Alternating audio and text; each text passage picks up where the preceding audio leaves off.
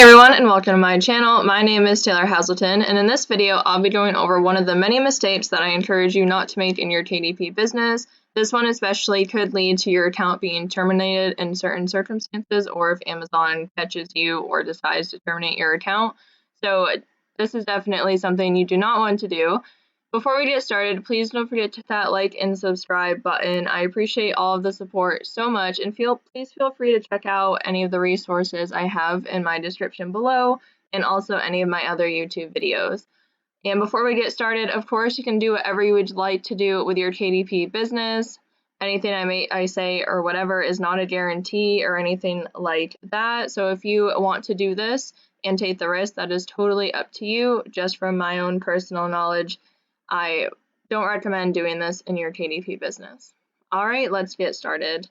So first I just went to Amazon and I typed in unicorn composition notebook. Unicorns are very popular because they sell really well and so many people love unicorns. So I figured this would be a good example.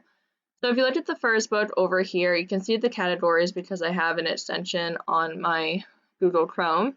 And this has children's diary books and children's cartooning books.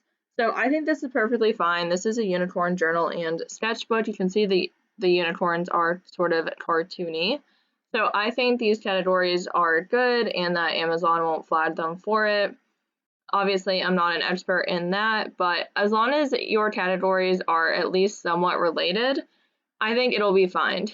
As long as when Amazon messages you, if they ever do, and say, hey, this book violates one of our rules and it does not seem to match a category, if you can come back and show proof or explain why it matches, then you probably will be okay. But definitely the closer related to the category your book is, the better. And this second book here, study guides and workbooks books, I think that's okay too. It's a composition notebook. It can be used as a workbook or a study guide. You can write in it, so I think that's fine. This third one here, office equipment and supplies, that's fine. Antiques and collectibles. That one might be a little bit of a stretch in my opinion, but it still could work because people could be collecting unicorn notebooks, so it probably is okay. This fourth one, insurance law, business law, and astrophysics and space science. So I don't really think either of these relate. Like maybe you could figure out a way to include unicorns in the space science, but for the insurance law and business law, I really don't see how this unicorn primary composition notebook has anything to do with insurance law. Maybe they could stretch it and say if somebody was taking a business law class, they could use this notebook.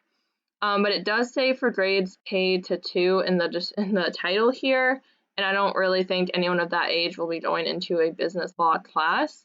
Maybe they are incredibly smart and like well beyond their years, but honestly, I see Amazon possibly flagging this, especially since it is number 2. So they might get the bestseller, and if they do, Amazon might look into it more. So this is what I'm talking about. You definitely want to pick categories that are related to your book. This is a perfect example. They might not have been like caught yet, or maybe Amazon hasn't really looked into it.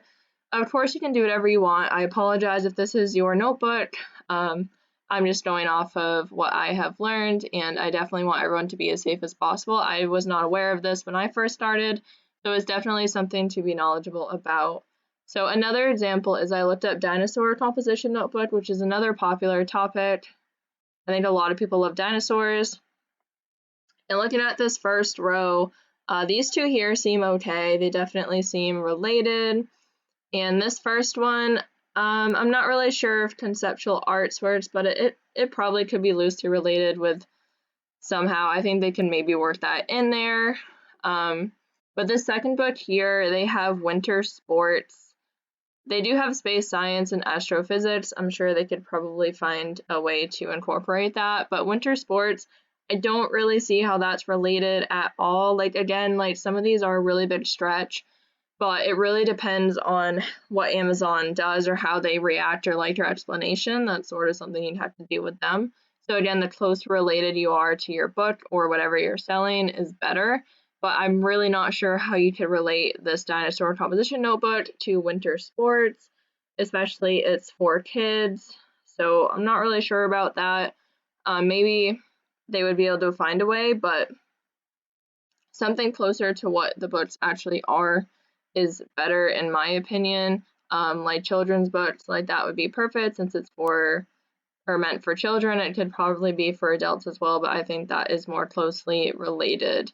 So if you're unsure how to figure out categories, one way would just be to think of what your book is. But if you're not sure where to actually find the categories, you can go to Book Bullet here.